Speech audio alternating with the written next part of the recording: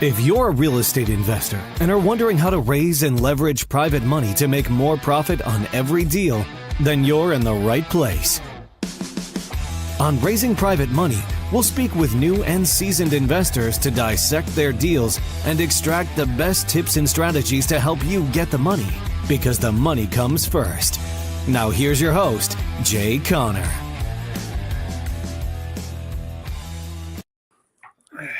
Ladies and gentlemen, it is 11:11 on Wednesday. Welcome back to the Cream live stream. We have a very special guest today, somebody who it is impossible to not smile around this man's energy, Mr. Jay Conner, who is an expert at raising private money. We are huge fans of Jay personally, but we are also huge fans of really raising private money. We have built our entire career off private money. RJ and I, we just did a post today, Jay, and we'll get into this stuff after our little brief intro here, but we're paying off over $1 million worth of debt this week. There's a lot we build, and that doesn't even count the profits, right? Obviously, we're paying back private lenders. There's something in there for us, but everything that we have built, RJ and I, has been built on the backs of our private lenders. It's not even built on the backs of them. It's hand in hand, running this race together as partners. These are financial partners. And Jay's going to teach us today what has worked for him at attracting these financial private lenders, these capital partners. And we're going to be talking about the markets a little bit, how to utilize private money today to its full extent. RJ, how's the vibe? The vibe is alive, and I want to make sure everybody is paying attention. So get out a pen, piece of paper, because Jay is going to school us on all of the things that private money. Jay's the OG when it comes to this. We've learned a lot from Jay. Absolutely. From doing this for many, many years, but this guy's been doing it for way over a decade. And the last time that we actually saw Jay was at one of the masterminds that we're a part of. And he's a natural. He's an extraordinary piano player, by the way. So if you get a chance to see Jay in action, listen to the tunes that he's putting out there, because he's a master at that. But today is about private money, and I'm ready to get into it. Jay, what do you got for us, man? Jay, hang on one second. I gotta tee this thing off here for Jay. So Jay, the number one thing we get from our students and from everybody, the market, right? People tell us all the time, it's like, how do I raise private money? There's this inner fear. And I think a lot of it has to do with like maybe a self-confidence thing. And maybe it's kind of like a self-worth thing, actually. Like people have this fear of like asking other people for money because they're looking at it from the standpoint of like they're asking to get something. You have positioned this in such a way where it's like, how do we ask for money without talking about the money or asking for the money? How do we create this like energy of like partnership? It's not like you're begging somebody for money. How do you approach people where it's like a partnership, and how does this all work? My lands, Dave, RJ, thank you so much for inviting me to come along and talk about private money, my most favorite passionate subject, because private money's had more of a bigger impact on mine and Carol Joy's investing business than any other strategy. My lands, with that intro, you just like triggered my brain to go down so many important, critical pieces of information here for people to understand. You know, one thing you just said, Dave and RJ, was, you know, you hear all the time, how do I start raising private capital? And I can tell you the answer. If you've never raised private money before, here's how you start. You start by owning the real estate between your ears. Now, what do I mean by that? What do I mean by that? What I mean by that is, you know, everything moves from the inside out. Yes, it does. And what I mean by that is if you're not exuding confidence, trust, credibility, reliability, knowing what you're talking about, who in the world is going to invest in your deals and loan you money if you're not actually feeling that yourself? So the question is, how in the world do you get that feeling? How do you come across that way? Well, first of all, you come across that way by owning the real estate between your ears, the mindset. And here's the mindset that is critically important. You see, when I was borrowing money from the banks and institutional money from 2003 to 2009, think how far back that was. All I knew to do was go to the local bank, get on my hands and knees, put my hands underneath my chin and say to the banker, please fund my deal. Yeah, Please begging fund like my a pauper, deal. like Right. a poor poverty wanting person. That's a low vibration, bro. And that's all I knew to do. I mean, I'd read books. I mean, I never even heard of hard money lenders back then. For goodness sakes, I never heard of private money. That's all I knew to do was to go to the local bank, pull up my skirt so the banker can see my personal assets, my financial statements, give me a colonoscopy, pull my credit score. That's all I need to do. So here's where the mind shift comes. When I was cut off from the banks, and that's a story in and of itself as to how to push through and have resilience. When I was cut off from the banks back in 2009, January 2009 to be specific, I hung up the phone when I got that news, and I sat here and I asked myself a critically important question. The power is in the questions. And the question I asked myself was, Jay, who do you know that can help you with your problem? When I was cut off from the banks. And, these people running around saying, oh, every problem's an opportunity. I want to throw up. I didn't have an opportunity. I had a problem. Let's face reality. I didn't have a way to fund my deal. So I called up my good friend. I had that answer in my brain immediately when I said, who do I know that can help me with my problem? I called up Jeff Blankenship, my good friend in Greensboro, and he's the guy that introduced me to private money, private lending, and what that was all about. So when I learned about it, the first thing I did was get my mindset straight. So let's dig into this right now. One thing I hear all the time is, and you mentioned it, Dave, from new capital raisers, they'll say, I've got this fear of rejection, right? Fear of rejection. Here's a writer downer. Ask yourself this question. How can you have a fear of rejection when you're not asking anybody for anything? You see, the way the mindset works to be a successful capital raiser is what I did. And here's what I did. And here's what I do. We separate. How do you get deals funded without asking for money? Here's the answer. You separate the conversations between first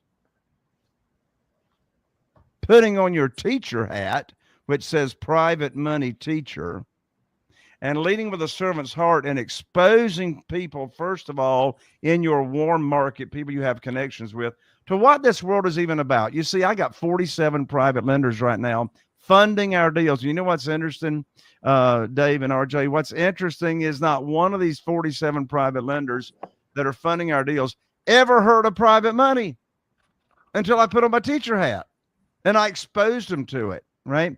And so none of them ever heard of self-directed IRAs and how people can use their current retirement funds and lend to us real estate investors and get returns either tax-free or tax-deferred. So I don't know anything about that. I had to study it. So how do I get my deals funded without asking for money? Here it is. Separate the conversations between teaching your opportunity and having a deal to fund. So let's play that out. So after getting my mindset right, that I wasn't going to beg, chase, persuade anybody, I'm going to lead with a servant's heart and expose and share people to this world, right? How did I do that? Private lender luncheons, one-on-one, Starbucks coffee. My very first private lender came from church, where Carol Joy and I go to church on a Wednesday night after Bible study. There's a story there with scripting as to how I got $500,000 within 24 hours of just exposing this opportunity. So back to separating the conversations. Here's a writer downer. Desperation has got a smell to it. Damn right. And what I mean by that is, if you are talking about your opportunity for people to be a private lender and you're talking about a deal, in that same initial conversation, you already sound desperate, for goodness sakes, without even trying to. Yeah. Like, you're talking about a deal. I mean, you're pitching a deal and you're not even trying to pitch a deal. And by the way, I've never pitched a deal ever since 2009. So let's unpack this. So put on your teacher hat, know your program. There's a writer downer right there. You can't, the question is, what are you going to teach, for goodness sakes? What are you going to teach? What are you going to expose? Well, you're going to expose, share, teach what it is you offer. Why do people want to invest with you? So you want to determine, and I say just duplicate my program. It seems to work pretty good since 2009, right? So just duplicate my program. Decide on your interest rate that you're going to teach. Well, I've been paying 8%, no points, no origination fees, no extension fees since 2009. Mm-hmm. Same deal, same thing. I don't care if the local certificate of deposit is 0.17% or it's 3.25% right it is right now, or if it's 5% like it was a year ago, 8% across the board. So know your program that you're going to teach. What's the interest rate? How can they get their money back in case of an emergency prior to the note coming due? What's the maximum loan to value as compared to the after repaired value? What's the frequency of payments, et cetera, et cetera, et cetera. So we know what we're going to teach. So, and have a relationship. Here's a write or down or actionable item. Have a relationship with a self-directed IRA representative. Mm-hmm. So that when you're talking with someone in your warm market, your connections, and you learn that they've got retirement funds that they're not happy with, then you immediately are able to do a 3-way call introduction or a 3-way group text or whatever, and introduce them to your representative at the self-directed IRA company so they can move money over. So let's just do a little role play here for a second. All Dave. right. Let's just say, Dave, that you are a new private lender with me. Okay. Let's say hypothetically, let's say we go to church together, right? All right. And I met you for coffee. Sounds and good. We were having coffee at Starbucks or whatever. And let's say I started out the conversation with, and I love conversation starters. I love conversation starters, not starters, but bringing up the topic of private money. Mm-hmm. And one way I may have brought up this topic to you, Dave, while we were having coffees, I might have said, by the way, Dave, did you know there's a way people can earn unlimited money per year tax-free? And of course, you're not going to know the answer to that question. And then I may say, well, have you ever heard of self-directed IRAs and how people can use retirement funds to get unlimited money per year tax-free? And you never. So that led to a little conversation about retirement funds and how that works. And I learned in that conversation while I was drinking coffee with you that you've got retirement funds. Maybe it's a previous 401k. You're not happy with it.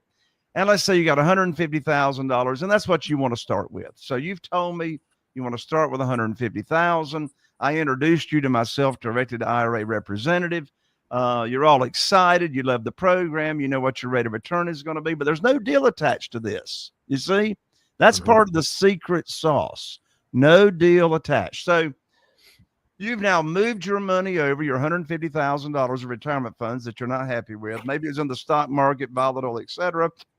You moved it over, took a couple of weeks to get your money moved over. And now you've told me, Jay, my account's funded. I'm ready for a deal. And I told you initially, I'm going to say, Dave, I'm going to put your money to work for you just as soon as possible when your account is funded. Now your account is funded at the self-directed IRA company. I'm going to share with you guys and your audience right here, right now, in front of God and everybody. I'm going to share with you right now the exact script that I'm going to call you up, Dave, my new private lender. I'm going to call you up. Here's the exact script that I'm going to say to you to get my deal funded without asking you for any money.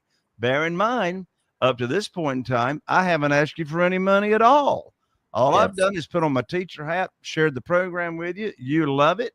And I've held your hand, and here you are going. By the way, this program is just not for people using retirement funds. I mean, it could have been Dave's just investment capital sitting around in a money market earning nothing. So here we go. Here's the script. I told Dave that I'd put your money to work just as soon as possible. Let's say a week or two's gone by. Don't wait long because they're getting antsy. So I call up Dave. Of course, I know you guys, it's hard to believe we actually still have handsets and cords here in North Carolina in Morehead City, handsets attached to telephones. Anyway, so I call up Dave. Dave answers the phone. We have a little chit chat. Here's the script. Dave, this is called the good news phone call.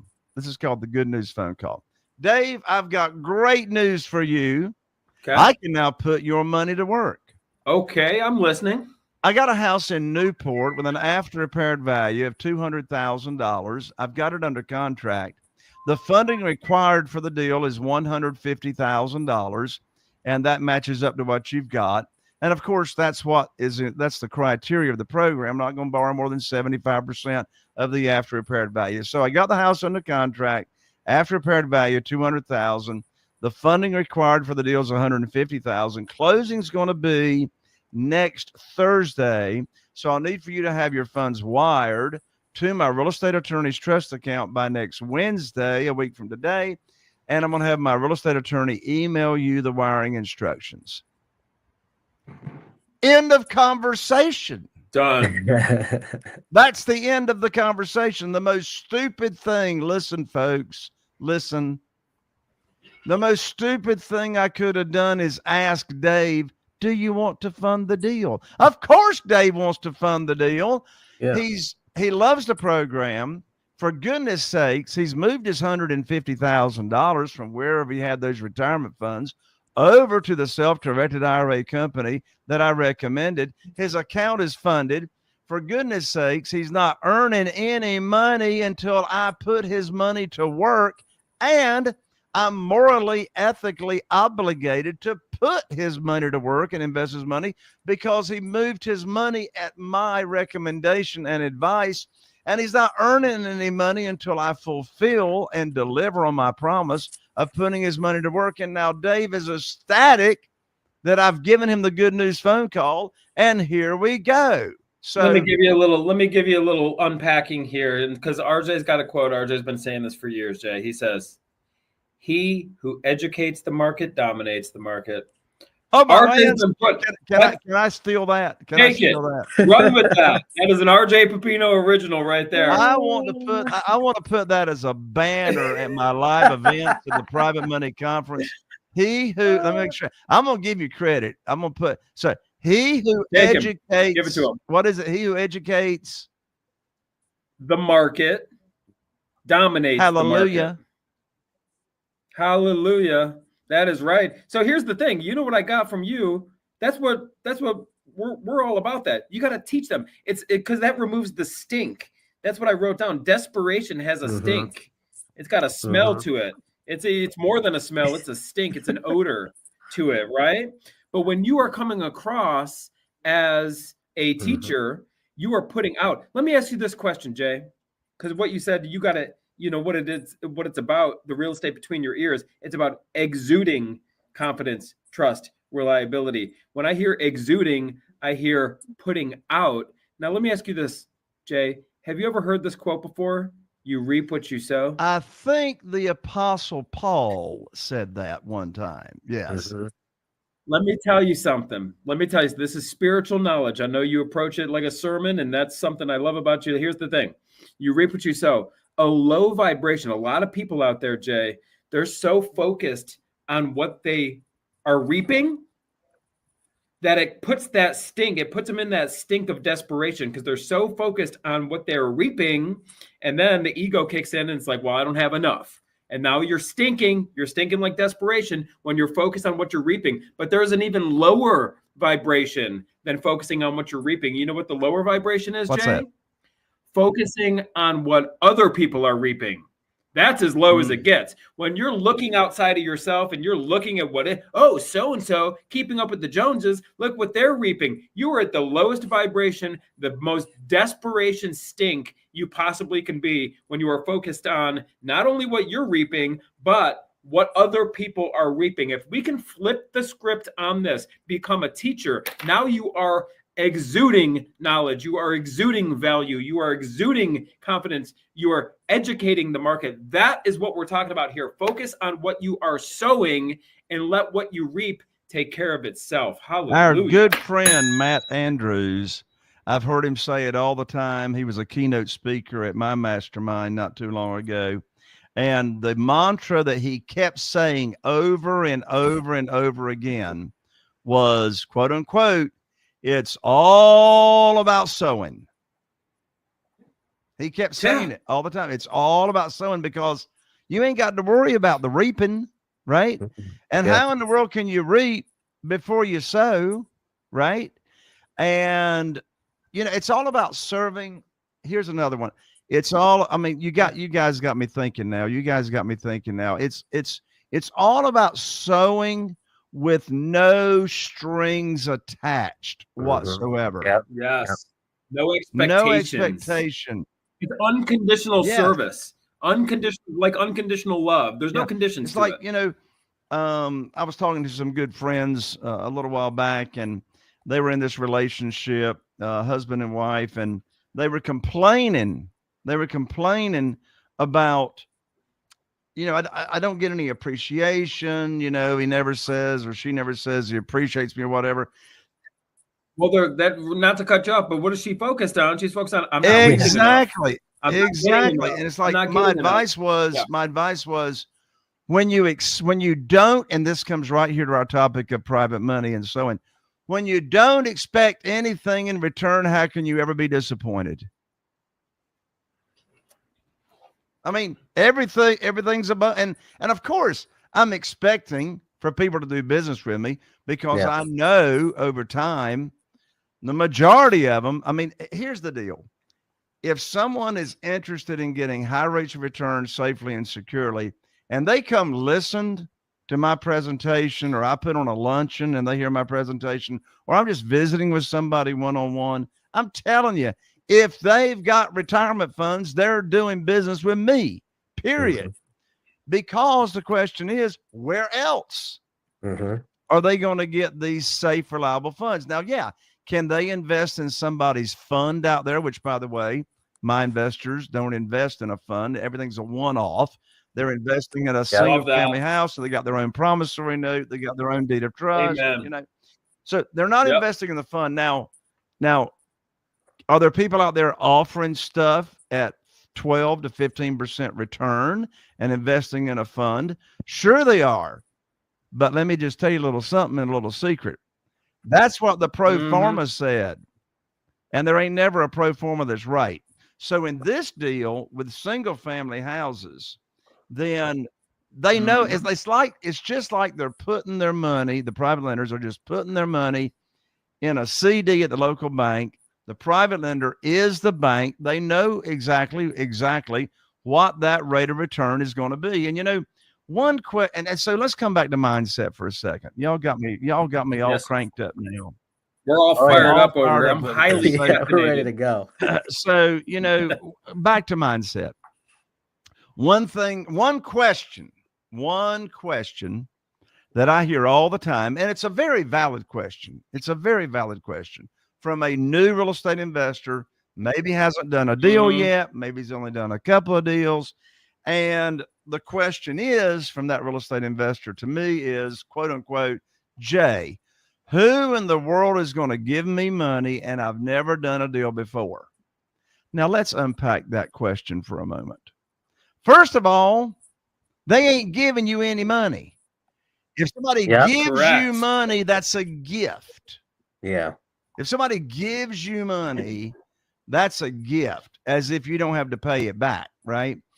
And in fact, I really prefer, after people understand where I'm coming from, I really prefer to call my private lenders investors, because private lender, and they're private lenders, right?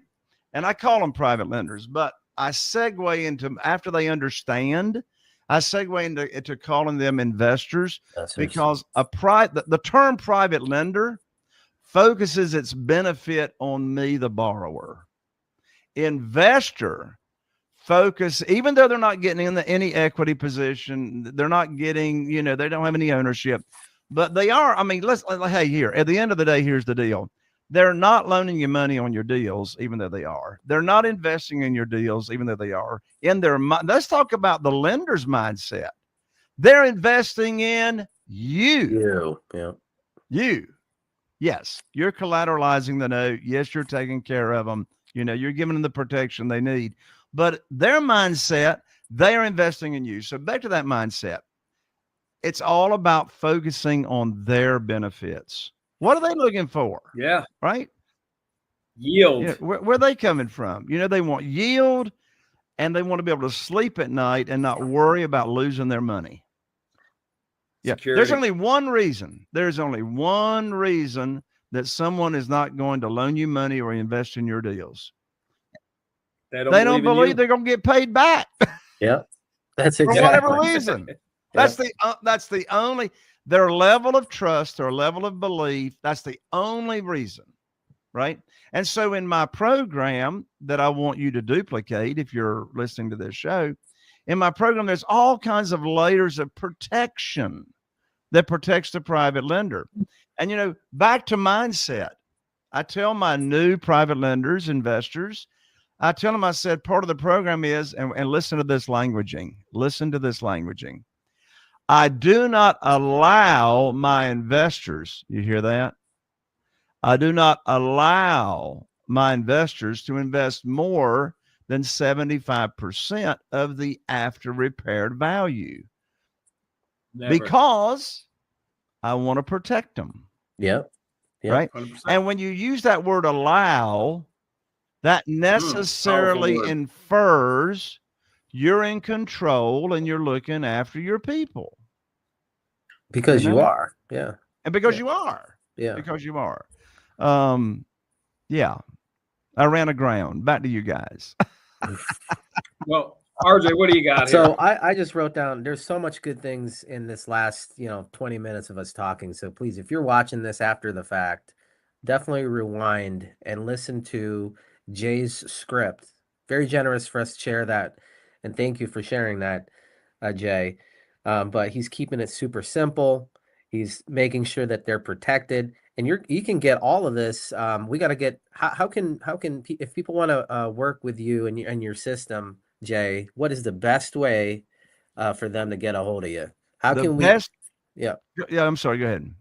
How can they connect with you, Jay? Yeah. The best way to learn this, and one thing that I've been told, I believe God has given me the ability and the gift to take what may appear to be a complicated subject and make it super simple, right? Mm-hmm. As our good friend Tom Kroll says, easy peasy lemon squeezy. So what I've done is I've taken my process and I've boiled it down very simply, step by step, in a book. And the book is called Where to Get the Money Now. The subtitle is How and Where to Get Money for Your Real Estate Deals Without Relying on Traditional or Hard Money Lenders. And the book is $20 at Amazon, but for goodness sakes, don't give Amazon your money. Don't spend $20 with them. May I, Dave and RJ, may I give this book for free to your audience if they'll just cover a little bit of a couple of dollars for shipping for free. Amen. And I will 3-day express this to you by the United States Postal Service. By the way, believe it or not, the Postal Service is still in business. So I'll actually mail this to you. This is not an ebook, actual book, bestseller. I'll autograph it for you and I'll ship it to you 3-day express. And in the book, you got my contact information. I'm very easy to get up with. It's really a novel thing we do here. When somebody calls my phone, we actually answer the phone, if you can believe that. But anyway, hey, by the way, let's put my phone number in the show notes for people to, if they just want to pick up the phone and call, I'd love to talk to anybody about this subject on private money. 252, and by the way, I'm in Eastern time. 252-808-2927, 252-808-2927. And then one more way to connect with me is I'm now in my eighth year of my podcast. And my podcast is called Raising Private Money. Imagine that. Raising Private Money with Jay Conner. You go to any of your favorite platforms, just search for Raising Private Money. And what we do there, I have 2 shows a week. They come out early Monday morning and Thursday mornings on Raising Private Money with Jay Conner podcast. I'm interviewing people twice a week as to how they, very successful real estate investors, how they have gone about raising private money, because we all can learn from each other. We all have our own little nuances. And so I interview capital raisers for multifamily, large apartment complexes.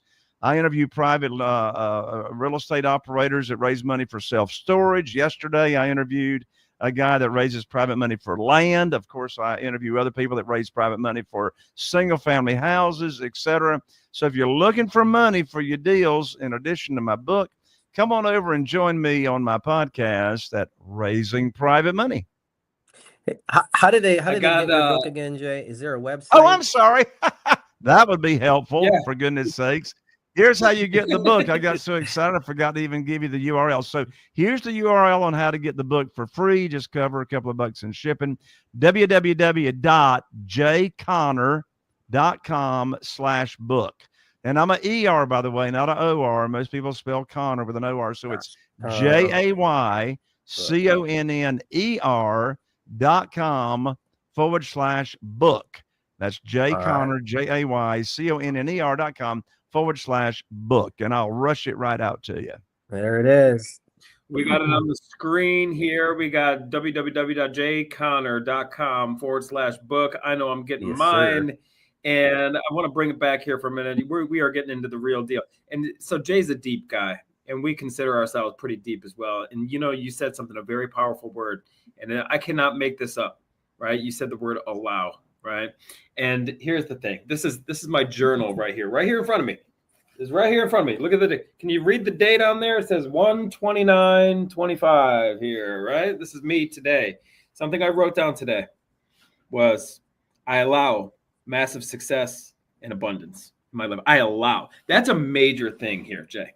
So there's two things that we covered that's extremely powerful, extremely deep. It's taken me years to actually realize this. Number one is focus on what we are sowing and not what we are reaping. This is a powerful, powerful thing, right?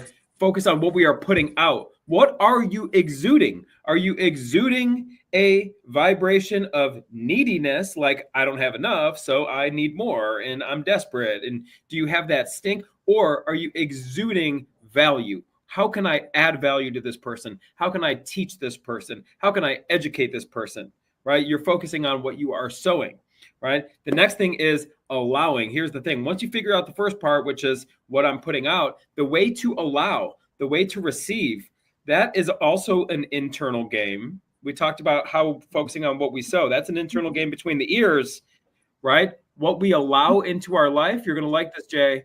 That's the heart, right? And we allow through the heart, and that's the way you feel about yourself. That's those limiting beliefs. So you could look at yourself in the mirror in your head, and you can say, I'm successful, I'm successful, I'm successful. But if you don't feel successful, if you don't feel the feelings of blessings, if you don't look around and truly feel grateful for what you have right now, it is going to be impossible to receive, right? We cannot receive until we are grateful for what we currently have. Truly feel grateful. We have to feel grateful and feel blessed now. And that is how the blessings flow to us. Man, Dave, I love it. I love it. Shoot, I mean, you guys, we got the same core value. We got the same. Amen. We got the same filter and pair of glasses as to how we see this world. It's the way it is, bro. It's such a joy. True. The joy is all mine to be here with you all on your show today. It really is.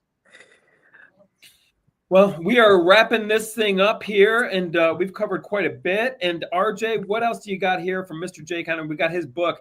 I'm getting on the book, www.jconnor.com/book. RJ, what do you got here? Guys, Bring us on we have home. a little bit of time. We got to be respectful for Jay because he's raising a bunch of capital, doing deals down in North Carolina. If you guys have any questions about what he just covered, put them in somewhere in the stream. I'll take a quick peek. We've got some.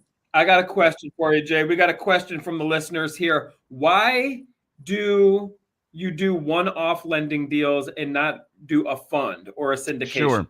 So that's a great question. The way I look at it is I'm going to do a fund if I'm raising large amounts of money for, say, multifamily, a larger project.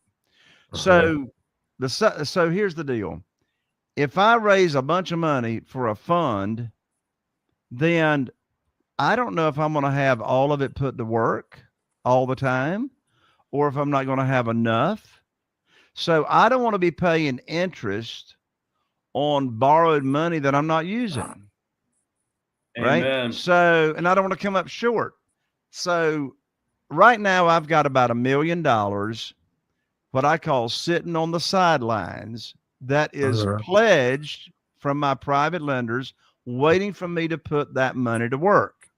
So I'm using it and turning it all the time, right? By the way, when I have a new private lender that comes on board with me, which by the way, I'm not accepting any more private lenders because I've got just the right amount right now. My mastermind, he's got a waiting list here. He's got a waiting list. I got a waiting list. Oh yeah. But however, I do match up some of my private lenders with my mastermind members, which is my elite group, and I'll help them fund deals as well. But anyway, back to answering that fun question. So I got money sitting over here waiting. Actually, that money's from 3 private lenders that I have recently paid off. And those 3 private lenders are totaling about $1 million. I've recently paid them off, and they're biting at the bit. They're not making any money until I put their money back to work. But the interest that I'm paying on these other deals right now that are in process to my private lenders, my investors, I'm using that money, right? So by having a promissory note matched up to a private lender, we know exactly how much. I mean, I'm using that money for a deal, right? So that's the reason. And there's another reason. I want to protect my private lenders. When someone invests in a fund, your investment, your loan, your investment is not collateralized. It's not. I mean, your security is a piece of paper. That's called a private placement memorandum that was created by a SEC attorney, and which is fully written to protect the money raiser, not the investor. It's fully written by the attorney of the syndicator or of the fund manager to protect them. And if something goes wrong with the fund, your money's tied up with 10 other people. Who gets paid back first? Well, I'll tell you who gets paid back first. It's the attorneys who get paid back. Whatever's left over then is divvied amongst all the other people who've invested in this fund. It is not collateralized. I want you to stress that, because this is the stuff that's real, that we see, and you've seen in your years in business. You've seen people kind of lose money with these funds because it is less collateralized or not collateralized at all. No one's talking about this, though. This ain't the shiny stuff. This ain't the fancy stuff, but this is the doggone truth. Well, and you know what you just said, Dave, also triggered this to share with everybody. Back to that question of a new real estate investor, new capital raiser, who is going to, and we already talked about give, there is no giving of money, but who's on, so let's put it in the right framework. They will ask, who's going to loan me money or who's going to invest in my deals? And I've never done a deal before. Here's another answer to that question. Write it down, quote unquote. If you don't pay your investor, the property does. Which means if you don't pay them, they get the property. It's collateralized. Now, they don't want the property. They don't want to mess with it. That's why they invested in you. They just want to be totally passive. But what I just shared emphasizes the point that the note is collateralized and their legal recourse is to foreclose on that property, which, of course, for goodness sakes, they're not going to need to when you follow my program that's in this book of not borrowing more than 75% of the after repaired value. By the way, don't miss that little point. See, I got 20 reasons why I love private money. Why do I love private money the way I do it? Long list. One of those reasons is there's no limit to the amount of private money you can borrow. There's no limit to the number of private lenders you can have. You are your own underwriter. There's no applications. You are already approved. You are already approved because you're offering, not asking. But I want to make this point. Another reason I love private money is because in the world of single family houses, here's a writer downer. You always bring home a big check when you buy without taking any of your own money to the closing table. Now, my question is, who wants to get paid to buy houses? So, ding, ding, ding. Exactly. Now, the only way that works, I heard the ding, ding. The only way that works is if you are buying a property that is distressed and you're buying it at a deeply discounted price, which are most of my deals. Amen. I mean, if I got a $200,000 after repaired value house and it needs $30,000 or $40,000 in renovation or rehab, I'm buying that house between $80,000 and $100,000. Yep. All day long. All day long. all day long. Off So market. if I can borrow up to 75% of the after repaired value, so follow the cash, follow the money. If the after repaired value is $200,000 and I allow, there's that word, and I allow my private lender to loan me up to 75% of the after repaired value, well, I'm borrowing $150,000 when I purchase it or close. If I'm buying it for $100,000, I'm getting a $50,000 check when I buy that property. Well, how in the world does that work? Private lender wires $150,000 to the closing agent. $100,000 of that $150,000 loan goes to the seller. That leaves me with a $50,000 check, which I love the phrase on my real estate attorney's check, which is excess cash to close. And I love me some excess cash to close. So I'm bringing home a $50,000 check when I buy, took none of my own money to the closing table. But of course, that's less closing cost. So of course, I'm going to use the majority of that money for the renovation or the rehab. I'm going to use 30 or 40,000 of that for the rehab. And look, I can use it for carrying costs, marketing expenses. And a lot of times I will structure a deal to where I just let the interest accrue and I don't have to make those payments. So follow this cash flow. Buy a house, bring home a big check without taking any of your own money to the closing table, make no monthly payments, let the interest accrue, cash out your private lender when you cash out and sell the property. Do you think that's going to help your cash flow? For goodness sakes, yes. We teach the same thing, my friend, because we've seen the good, the bad, and the ugly, and you got to keep your cash flow positive for operations. Keep food on the table, and you can't just give all your money in monthly payments to lenders. It doesn't work that way. You're gonna put yourself in a bind. Yeah. So we are all about letting it accrue, because for those who are listening who might be new, accrue means the lender gets all their money at the end, right? So instead of paying their interest monthly, they're going to get all of their principal back, plus all the interest that's owed to them at the end when you sell or refinance the property. Yes, here's another writer downer, quote unquote, writer downer, quote unquote. When you're buying a property that needs renovation and you're using all private money, here's the quote. If you cannot bring home a big check when you purchase, you're paying too much for the property. That's it. If you can't bring home a big check when you're purchasing the property and there's a renovation involved, you're paying too much for the property. There we go. Be patient, be diligent, right? Just because you went out there and you got somebody who's interested in doing private lending with you doesn't mean the money needs to be burning a hole in your pocket. You got to go out there and buy a bad deal. No, wait for the right deal. You make your money when you buy, you get paid when you sell or refinance, right? Buy a good deal. It's better to say no. The great Warren Buffett, he says, I say no 100 times a day. Right. That's why his office is in Omaha, Nebraska. He's not even on Wall Street. He doesn't want to hear all the noise. Right.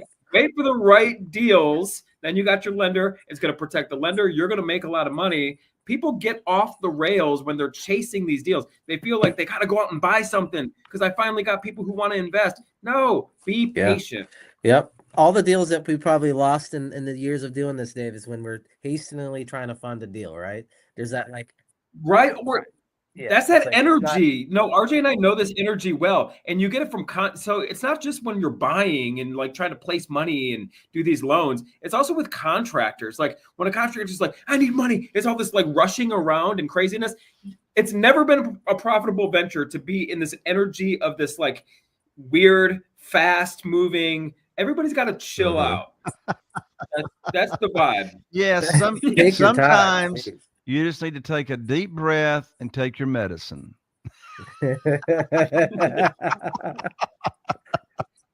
Ladies and gentlemen, the great Jay Conner, get his book free. He's doing us a solid. You can go buy it on Amazon if you want for $20, or he'll just send you a free copy. www.jconner.com/book.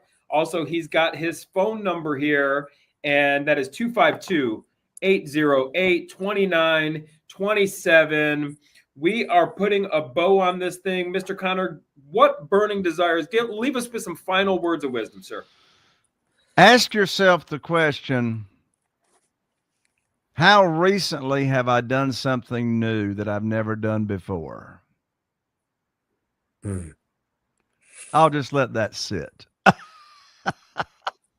And that's called getting out of the comfort zone. Well, as my good friend is. who works with me and helps me coach my students, Crystal Baker, her sign off at the end of her email, quote unquote, she says, success begins at the end of your comfort zone. Yeah, love it. Love it. Yes. And by the way, here's another writer downer, quote unquote, success is a horrible teacher. Success is a horrible teacher. So guess what? It's okay to get out there and fail and learn lessons and get better. But for goodness sakes, don't get out there and fail by yourself. Work with somebody like Dave and RJ that can hold your hand and keep you out of the minefields. Don't start in this business the way I did. I started in this business for the first 6 years by only relying on my past experience in mobile homes and reading some books. For goodness sakes, if you're brand new, join hips with somebody that knows what they're doing that you want to do. I got a writer downer for you. I'm ready. Big I got dog. my pen You right ready? here. Listen, you gain knowledge by learning from your mistakes. You gain wisdom by learning from other people's mistakes. That's why you got to pair up. Come on now, bro. I'm writing this down. Knowledge comes from, you said, your own mistakes, right? Correct. Wisdom is from learning from your mentor's mistakes. Somebody who has walked this path already. That is true wisdom right there, Learning man. from your mentors and coach. I love it. I love it. Thank you for sharing. My lands, God bless you guys. I'm so grateful and full of joy being with you all here today. Appreciate you being on. Jay. It's always Thank positive you. energy, brother. Yeah, I'm here for you. You need anything, you know how to reach me, but we truly appreciate you taking the time for ourselves and our audience. Give our very best to Carol Joy. God bless you, sir. And we will talk to you real soon. Are you feeling inspired by the knowledge you gained in this episode? Then head over to jconnor.com/moneyguide. That's jconner.com/moneyguide. And download your free guide that shares 7 reasons why private money will skyrocket your real estate investing business right now. Again, that's jconnor.com/moneyguide to get your free guide. We'll see you next time on Raising Private Money with Jay Connor.